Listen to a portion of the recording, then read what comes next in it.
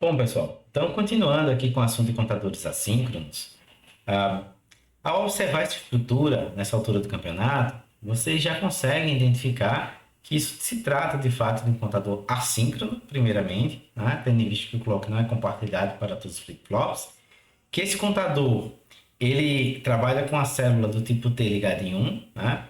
Que essa saída ABCD, que está aí exposta, né? Que está desenhada, gera uma sequência binária crescente, né, na minha saída. Então, se eu começar com todos os flip-flops iguais a zero, no segundo momento, depois do primeiro pulso de clock, eu vou ter 0, 0, 0, 1, depois 0, 0, 1, 0 e assim por diante. Tá? Então, isso aí também já dá para verificar.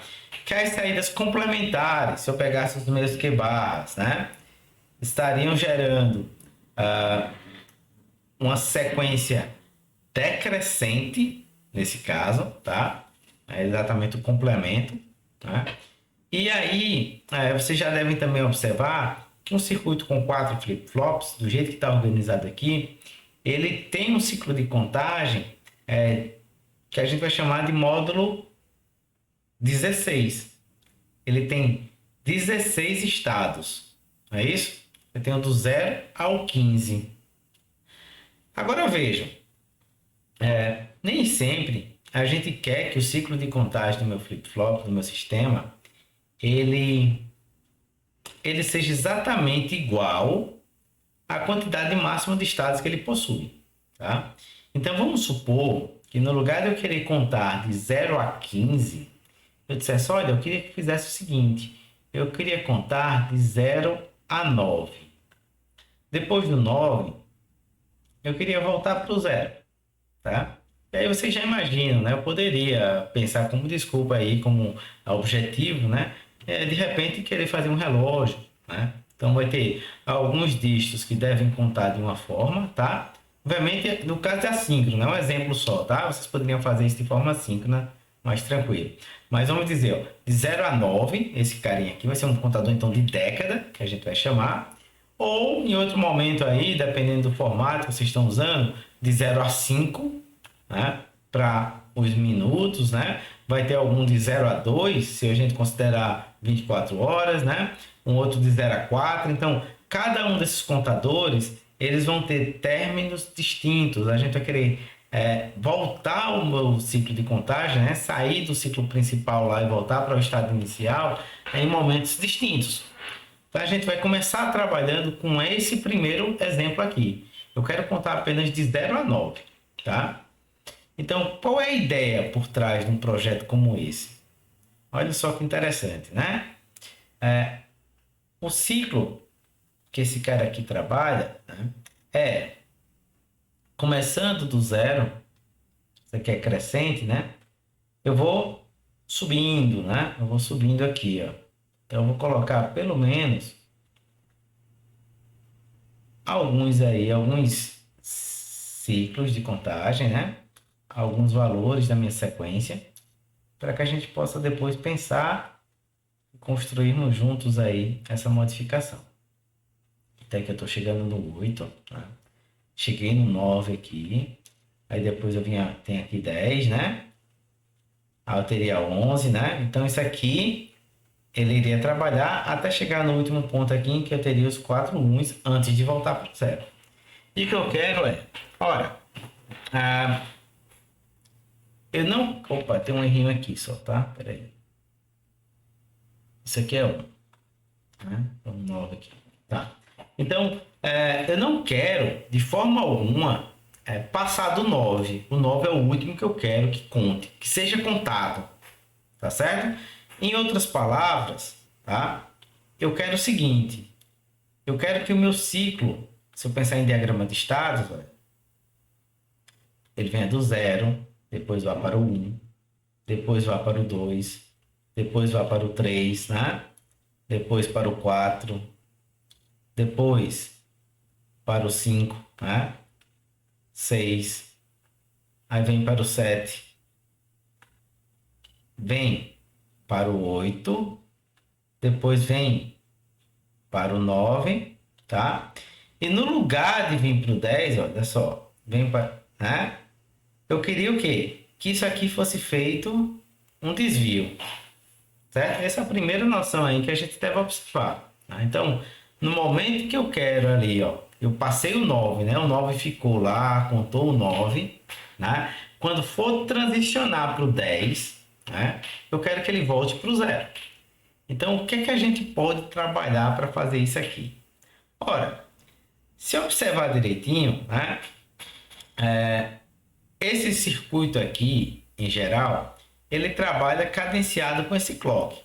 Mas eu posso tentar ajustar e trabalhar. Tem algumas outras entradas que não dependem desse sinal do clock, né? Não dependem desse instante aí específico, para realizar uma mudança de status. Aí você diz, como assim? Olha, imagine que em um determinado momento você esteja no estado 3. Se você usasse aqui, ó, ele não existe uma entradazinha que se chama clear, né? Em cada um desses flip-flops, né? Ó, vamos colocar um clear sensível a 0, tá?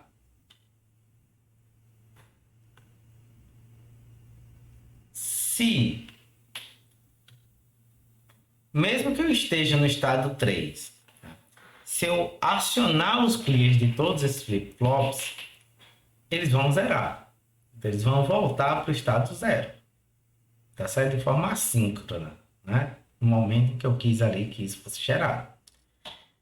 Se eu quisesse voltar para o estado 2, por exemplo, eu poderia pensar o que? Olha, eu estou no 3, né? Se eu acionar, por exemplo, esse clear, né? Esse aqui eu acionasse um preset no lugar do clear, no mesmo instante, tá, pessoal? Esse aqui é um clear e esse um clear, ou melhor, desculpa, esse clear, esse preset e esse clear, né? Eu teria, acionando esses 4 sinais no mesmo instante de tempo, gravado nesse conjunto de flip-flops 0, 0, 1, porque foi um preset, e 0.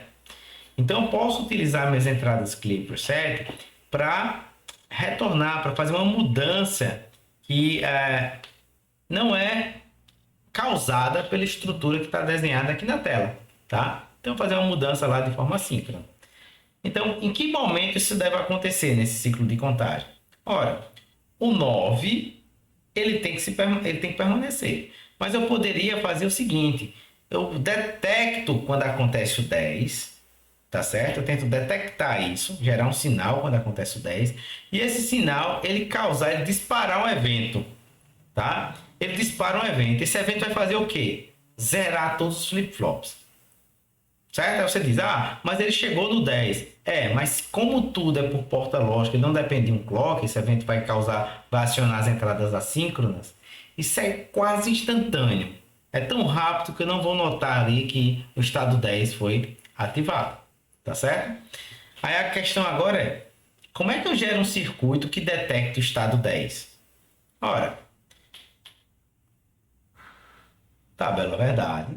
Se vocês observarem, para detectar o 10, eu quero que minha saída seja igual a 1 apenas, olha só, no 10.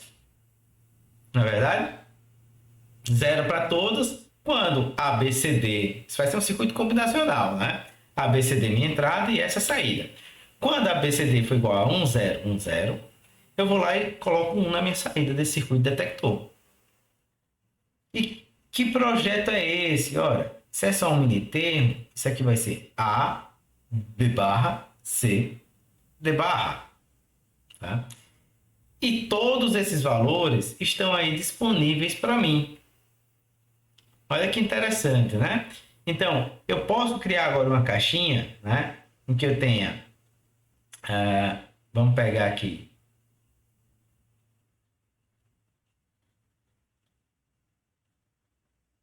Assim, vamos fazer assim, tá? A, B, C, D. Então, estou conectando nessas saídas aqui, ó, tá? Não estou colocando o fio direto lá, né? O A ligado aqui e o B aqui, para evitar aquela sobrecarga de fios, né? E esse sinal S, ele vai ser quem? Exatamente isso aqui que está na tabela verdade. 0 para todos os casos, Tá certo? Isso aqui tudo 0, 0, 0, 0, né? Menos para o caso em que ABCD é igual a 1, 0, 1, 0. Legal? E aí, veja. Se eu conectasse isso aqui no meu clear, obviamente, você ia dizer, olha, ele vai estar acionado a maior parte do tempo. E não é isso que eu quero. Eu queria que ele fosse acionado apenas nesse momento. Mas se esse clear é acionado com 0, barra, né? Então, ó, eu poderia inverter o sinal disso aqui, certo? Tem um inversor, na verdade. E aí eu teria como saída, no momento que eu fiz esse inversor aqui, né? Lembrem, tá, pessoal? Isso aqui é a mesma coisa eu fazer isso aqui, ó. Né? Então, se aqui era 0 a maior parte do tempo e 1 apenas nesse caso, aqui eu tenho 1 na maior parte do tempo e 0 apenas nesse caso, tá certo? Então, eu posso pensar, ora, inverte, né? E agora, como eu tenho 0 nesse caso aqui apenas, eu poderia ir lá e zerar todos os meus flip-flops. Então, o que é que vai acontecer aqui, basicamente? Está conectado, né? O contador ele vai estar contando 0, 1, 2, 3, 4, 5, 6, 7, 8, 9. O 9 está normal, porque sempre para todos esses casos, ó, essa saída aqui vai ser igual a 1. Né? Lembra que é isso aqui barrado, tá? Então vai ser igual a 1. E 1 não ativa o clear, então ele está funcionando normalmente. No momento que eu chego no estado 10, ou seja, 1, 0, 1, 0, essa saída aqui vai para 0 no mesmo momento, quase no mesmo momento, né? É só o tempo de propagação de uma porta que é muito curto. E aí, se chegar em 0 isso aqui, todos esses caras aqui vão para 0. Então, ó, no lugar de eu chegar e ficar no 10, eu já retorno para o meu 0 de forma muito rápida. Então, com isso aqui, eu transformo o meu circuito agora, ó, num contador de década. Então, estou contando agora de 0 a 9 e não de 0 a 15. Tá certo? E lembre, é muito importante vocês imaginarem, né? Sempre pensem, qual é a característica desse sinal, como é que ele se comporta ao longo do tempo, né? Então, como vocês sabem, né? Se você tivesse, por exemplo, 0000 aqui, isso aqui seria 1, né? Então, ele seria 1 para todos esses casos aqui, menos para esse. Ou seja, esse sinalzinho aqui ele vai ter um comportamento mais ou menos assim, ó. 1 na maior parte do tempo. Chegou no estado 10, ó, ele veio para 0. Rapidamente volta para 1 e continua em 1. Isso vai ficar acontecendo a cada 10 ciclos de clock, ó. 1, 2, 3, 4, 5, 6, 7, 8, 9, 10. A cada 10 ciclos de clock, né, você vai ter um pulsozinho, tá certo? Então, daqui para cá, né, você tem ali 10 ciclos. E claro, eu posso utilizar então isso aí até como um gatilho para algum outro tipo de circuito. Uma forma de onde? Então, uma função como essa aqui, ó, ela pode de repente gerar um sinal periódico, tá? Com uma quantidade de ciclos que depende da quantidade de estados da minha contagem. Essa contagem foi restrita a 10, eu tenho 10 ciclos de contagem, tá? Então, entre um pulso e o próximo, tá? Se eu tivesse restrito isso aqui em menos, em 5 talvez, eu teria apenas 5 ciclos de contagem até ter um outro pulso, e assim por diante. Legal? Então, peguem esse circuitozinho aqui, é um exercício interessante, tá? E trabalhem com o diagrama temporal dele e verifiquem qual o comportamento, o que é que está acontecendo de fato, né? E vocês vão verificar que isso aqui realmente acontece, né? E notem, e por que que esse cara aqui, ele rapidamente ele volta para 1? Porque no momento que eu estou em 10, isso aqui vale 0. Mas no momento em que eu cheguei 0, novamente, ó, que A, B, C, D valem 0, que é muito rápido, lembra que eu estou usando essa entrada síncrona, né? Isso aqui volta a valer 1. Então, eu espero aí que tenha ficado bem claro, tá? Essa é uma das formas aí que a gente tem para gerar contadores com ciclos de contagem diferentes, né? Então, esse carinha aqui, o ciclo de contagem completo desse sistema seria o que agora? 10, né? Aí você teria aqui, ó, 11, obviamente. Se ele chegasse em 10, opa, no 10 ele volta para zero, né? 10 vai para zero, que já está aqui, né? Vai para zero. Agora vejam, se chegasse no 11, por acaso, eu inicializei, ele estava no 11, o que é que ia acontecer? Ora, do 11 viria para o 12, porque não iria zerar. Do 12 viria para o 13, porque não iria zerar, né? 13, 14, ele seguiria o ciclo normal dele. 15, e do 15 para zero. Aí voltou para aquele ciclo de contagem. Olha só que interessante, né? E volta para o ciclo de contagem. Aí, de repente, ele chegou no 13, inicializou no 13 por alguma razão, algum ruído. Pulse clock, 14. Pulse clock, 15, porque ele está funcionando normalmente, o meu cliente não está ativo.